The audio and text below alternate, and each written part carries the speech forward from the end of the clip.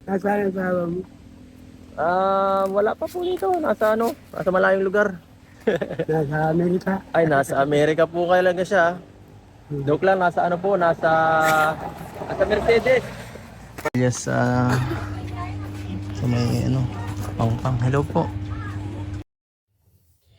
Hi guys, good afternoon, good evening, and good morning sa iba't ibang panig ng bansa. So, it's me, Iska Foodie Mix Channel, and welcome to my YouTube channel. So, bago tayo mag-reaction is isya-shoutout muna natin ang ama ng Kalingap, Bar Santos Matubang, Ate Edna Matubang, Kalingap Rab, at Kalingap Edo. So, please manood sa mga new uploaded nila at don't skip ads po para makatulong po tayo sa mga beneficiaries nila.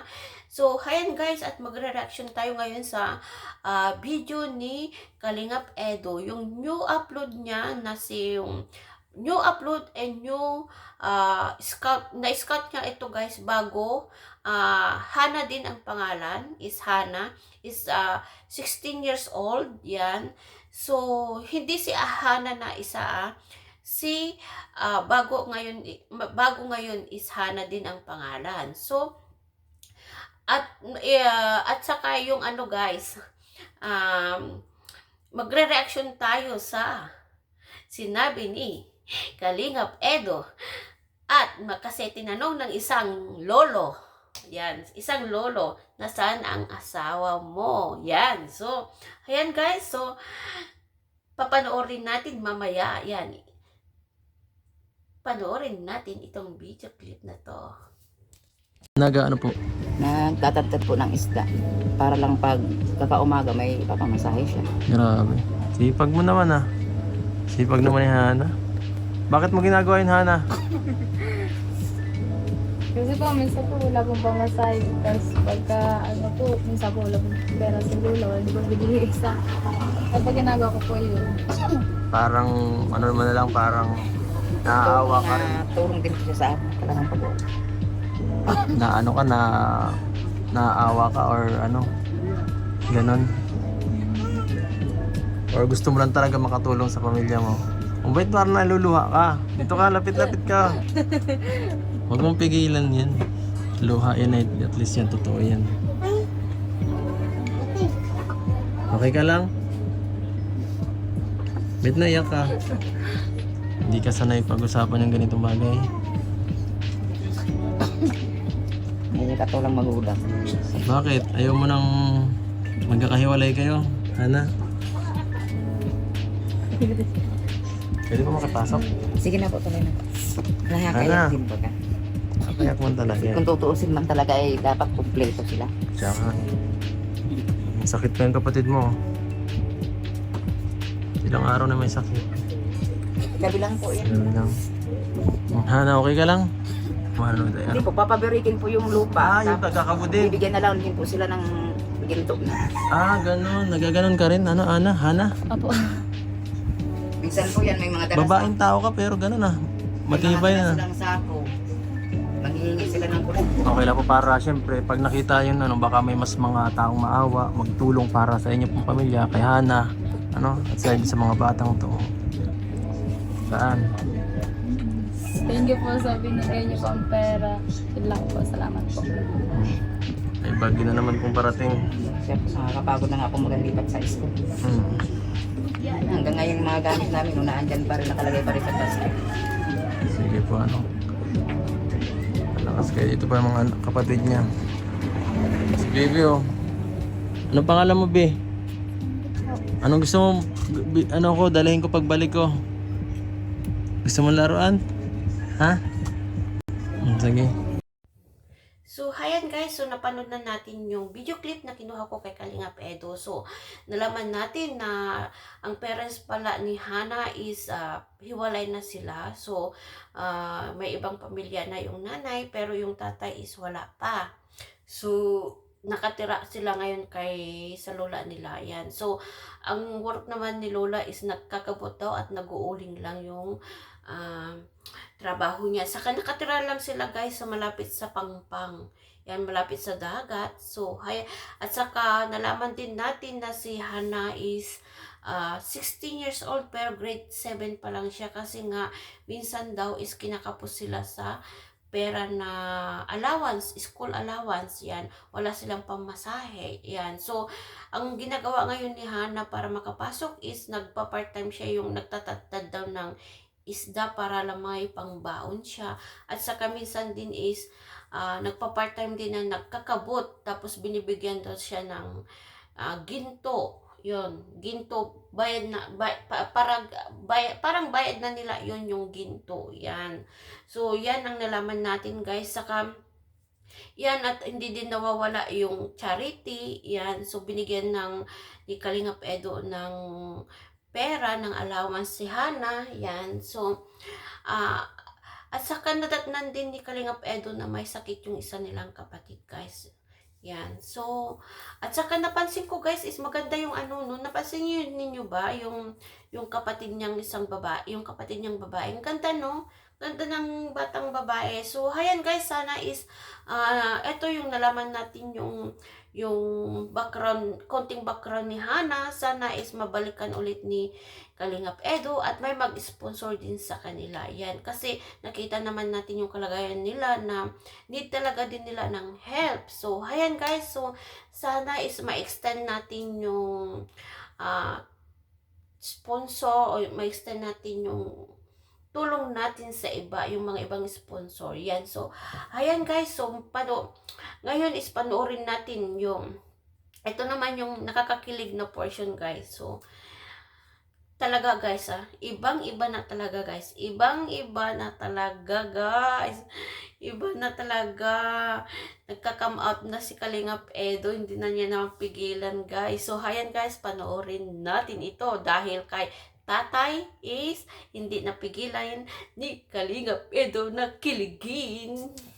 Kung ano-ano yan, may pera ka, may pang lighter. Saan mo to gagamitin tong yung lighter?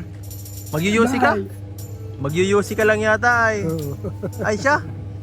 Bawasan mo po ang hinihingi po mo pati ang bayag ko ay. Bawal yan. Bilang ko. Ha? Bilang ko. Ay wag, basta bad po yan. Bawal. Tay, ano po bait may to? May lighter. Wag ka na po mag-UC tay. Masama yan. Baka ka dyan lalong inuubo ka na Pinako. Teka lang po, mamaya may tayo, may bibigay ako sa inyo ha. Konting konting usapan lang po, Tatay Felipe. Ito nagbagyo nitong nakaraang linggo. Anong nangyari sa nyo? Sitwasyon sa inyong lugar? Iba nga yung bahay ko. Nagiba? Ay hala. Unong bago. Ang bihira yan. Kahit yung bago, nadali yung ulo ko. Ay, kala ko baga anak mo ang dumali yan. Bagyo pala dumali yan. Nabagbakan ng kahoy.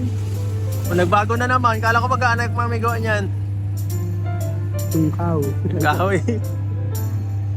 Tapos iba palang ni tatay.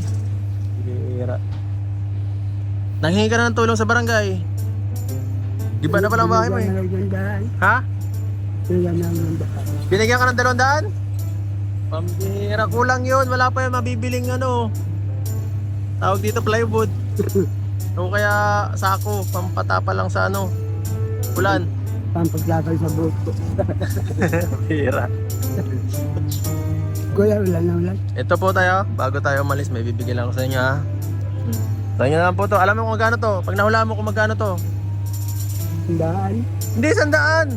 1,000. Oo, 1,000 yan. Alam mo kung paano gastusin yan? Ha? Alam mo? Alam. Baka sabihin nung tendera, 100 lang yan, madaya ka, malugi ka. Akin na ko? Ha? Akin na. Sa iyo na yan, at ayaw mo ng kutsi ay. Nako. Ha? Papunta ka na? Sige po tayo ha. Yang na. Uy, pambihira ka. Tay, bakla ka yata tay ha. Sabi ko ang gusto mo. So, ayan, guys. So, napanood natin yung video ni Lolo. Yan, si tatay. At eto, guys, is paminsan, according to Kalingap Edo, minsan is nakikita niya at nag-aabot din siya ng kunting tulong kay tatay. Kasi si tatay is gala siya.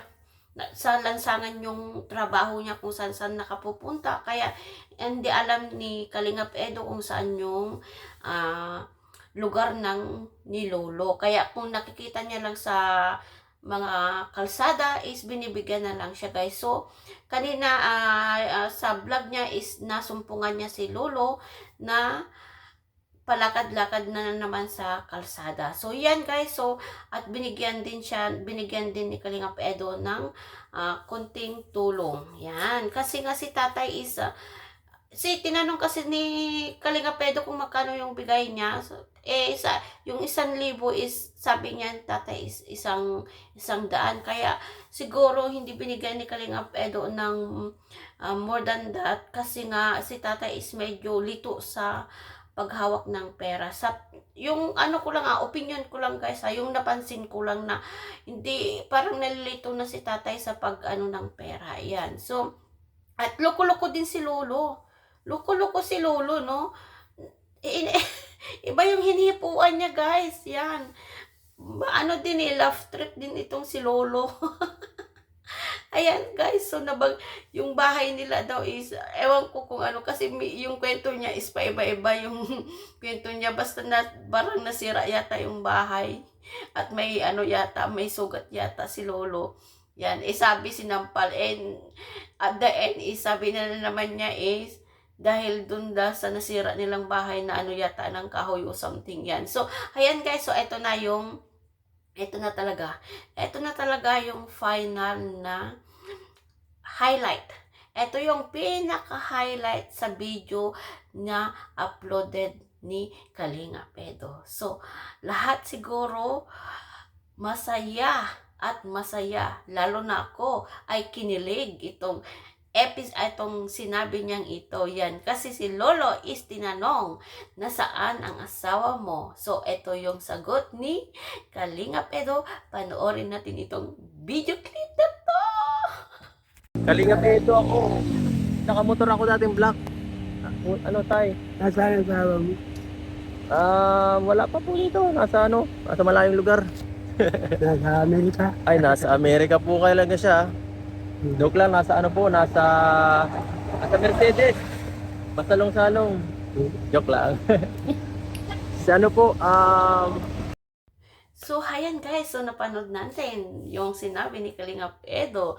Sinagot niya yung tanong ni Lolo kung nasaan yung asawa mo. Sabi ni Kalingap Edo is nasa Mercedes sa masalong-salong. So, pero sinabi niya is joke, pero hindi Kalingap Edo, walang joke yan, kasi halata namin na may something at iba yung aura mo ngayon is blooming ka at halatang in love kayo. In love, pati mga fans is kinikilig sa inyong dalawa, guys. Yan. So, I wish na magtatagal itong samahan ninyong dalawa. Yan, as BFF, nasabi ni best friend muna.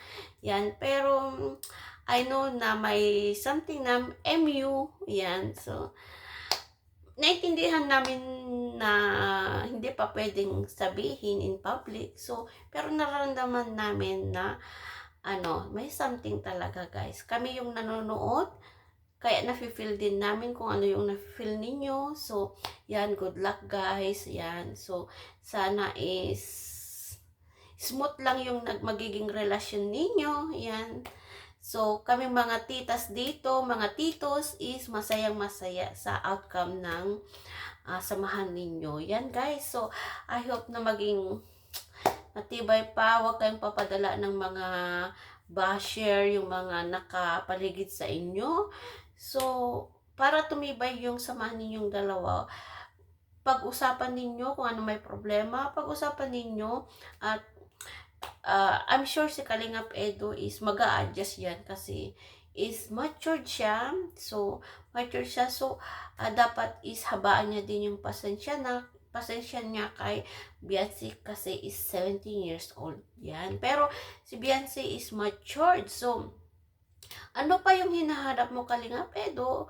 Yan. So, I'm sure lahat nakikita, lahat siguro lahat na yung hanap ng isang lalaki o magiging ah, future daughter-in-law. Daughter-in-law, yung isipan ko, advance guys. So, I don't care. Yun, lahat naman is gusto na si Beyonce is nandyan na mabait siya, magalang, maganda, yan, maunawain, yan, madaling pakisamahan. Saan ka pa guys? Yan, hindi kahit alam na niyang, guys, kahit alam niyang, na siya, yung, ano bang tawag dito, is, marami nang humahanga sa kanya, yung, so, kahit alam niyang sikat na siya, guys, is, yung niya, nandiyan pa rin, down to earth pa rin siya, guys. Yan, so, napakahanga talaga, guys. So, lahat ng, siguro, kaya, lahat ng nakapaligid sa kanya is, madali lang pakisamahan, yan. So, I hope na hindi magbabago si Beyonce. I'm sure hindi magbabago kasi is more than 1 year, more than 1 year na siyang nasa kalingap, is hindi pa nakitaan ng pagbabago. Kung ano yung Beyonce na nakita natin noon, is ganun pa rin siya. Ang napansin lang natin o naiba is yung pananamit niya lang, guys. Kasi nga, marami pong nag-sponsor sa kanya ng mga damit. Kaya, need niya din isuotin at ipakita sa mga sponsor na sinusuot niya yung mga binibigay ng mga mabubuting sponsor. Yan, guys. So, naku, guys. Grabe, as in talaga in love. So, marami na naman kinilig itong new upload at bulong. Ito yung tunay na bulong talaga, guys. Bulong ni Kalingap Edo.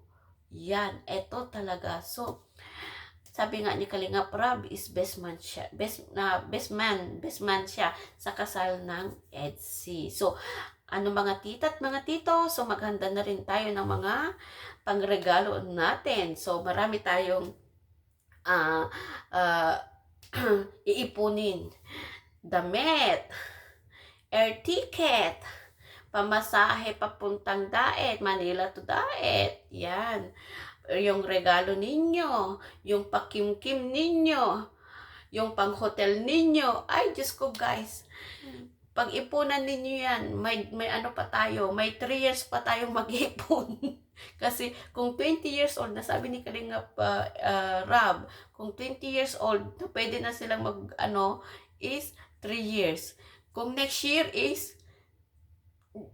magtipid-tipid na tayo kung next year. Hindi.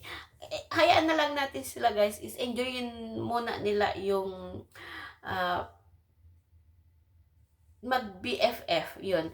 Sabi niya, best friend. Mag-best friend muna sila. Yan. So, hayan guys. So, hanggang dito na lang yung ating vlog. So, bye-bye. Ay, hindi muna guys. Huwag niyong kalimutan panoorin yung new upload ni Kalingap Edo. Ito pong episode na ito, guys. So, panoorin niyo po yung buong kwento sa link nandun po kay Kalingap Edo po. Yan, panoorin nyo po. And don't skip ads po para makatulong tayo sa beneficiaries ni Kalingap Edo. And please don't forget my YouTube channel.